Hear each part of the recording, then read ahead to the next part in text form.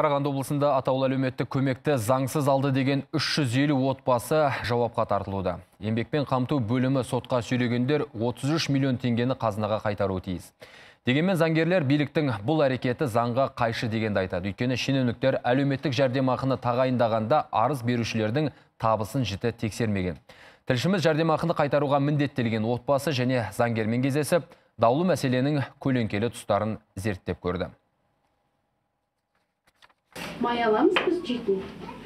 Жасырмай қойын, 20 май бір аламыз. Дүкеннің сары майын молынан алмаса, үйдегі 9 қарынға тойын болмайтынын Сәрсенбаевтар жақсы білет. Кәмелетке толмаған 7 баласы бар отбасы әлеуметтік көмекті былтыр 4 ай алған. Алайда аузы асқа енді жарыған жанұяның берекесі ұзаққа созылмады. Күзетші болып істейтін отағасының қыста мектептің ошағына от жаққаны әшкере болыпты. Апрельде 16-сы күнін бұлар соған тіреліп алған. 16-сында бардыңыз оформить етуге.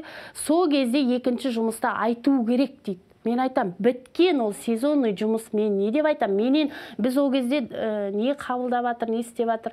Мысалы, сұраса мен жасырмай айтатын едім. Ол сезонный жұмыс, ол от жағушы уже ол біткен, оны біледі ғой, бәрі уже апрельде уже тоқтатылады ғой ол жылу.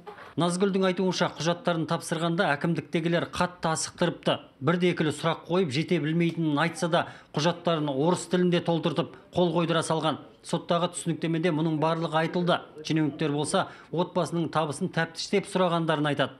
Бірақ ауызша ғана. О кезде бізде заң бойынша біз базаларымыз сәйкес келмейтін. ГБФЛ дейді ғой база.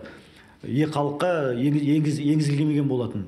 Бұның базаға уже юстицияның ГЦВП бүт база август айында отырғызды. Бұл кісілерден біз өздерін сұрайтын, біз қандай жері бар, қандай техника бар, бұл кісілер айтқан жоқ бізге. Бұның өкіметтің кінәсі жоқ, бұл жерде көбісі тапсыратын адамдардан АСП тапсыратындар. Өздері АСП алу үшін Астанада, Қызылордада үйлері бар, жерлері бар, соны айтқан жоқ. 40 шаршы метрде 9-ы тығылып отырған отбасының Қызылорда мен Нұр-Сұлтанда дүниесі жоқ. Көмектен қағылуға тек әр жамбасына шаққандағы белгіленген табыстан тиын тебеннің асып түсуі себеп екен. Үкіметі жарылқап жәрдемақы берген көпбалалы отбасы енді биыл сол 4 айда алған 517 мың теңгені қайтарулары тиіс. Үкіметтің ақшасын қалай төлейміз біз? 517 мың. Қайдан алып төлейміз? Қайдан көмек бар бізге? Мен мысалы аларса, мен алтын алқа алайын деп отқан анамын. Мен сонда ол алтын алқаны не деп береді маған? Өтірік шығылды ғой бұлар, шыны керек. Заңгерлердің айтуынша, еңбекпен қамту бөлімі отбасының табысын егжей-тегжейлі тексеруі қажет болған. Ал ортақ база болмады деген сылтауға ақталуға жатпайды. Бір сөзбен айтқанда, олар бюджет қаржысын ахуалын ауызша айтқандарға ұстатып жіберіп отыр. Бұл мемлекет қаржысын мақсатсыз жұмсау. Сот болса жергілікті билікке сол үшін тек сөгіс жариялаумен шектеліпті. Сот та мойындады, прокурор да мойындады, кінәсі бар. Кінәсі бар мемлекеттің мамандардікі. Сәуір айында арыз тапсырады. База оның қалтасында ақпарат емес, заң бойынша жазылып тұр ғой, мамандар өздері қарап айтады соны.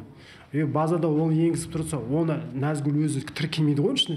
Ол Назгүл жұмыс істеген жерлерін, сол жердің мекен-жайы бойынша мекеме, үкіметтік мекеме, олар өздері тіркеді ғой. Қай жерден Назгүл алдады? Мамандардың айтуынша, жұмыспен қамту орталықтары осындай отбасыларға берілген жәрдемақыны толықтай талап етпесе де болады екен. Тек жамбасына шаққандағы күнкөріс шегі 20.897 теңгеден асқан соманы сұраса, заңға қайшылық етпейтін көрінеді.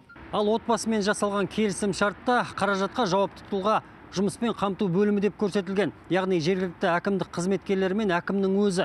Сондықтан Қарағандыдағы азаматтық кеңес заңгерлері сотта тауы шағылғандардың басын қосып, облыстық еңбек департаментін сотқа бермек. Түптеп келгенде мемлекет қаражатын оңды-солды үлестіргендердің өздері сол қаражатқа жауап берулер керек. Қосымша жемқорлыққа қарсы күрес агенттігі мен прокуратураға да арыз түсірмек. Саят Дәулетжанұлы, Николай Колесниченко, КТК, Қарағанды облысынан.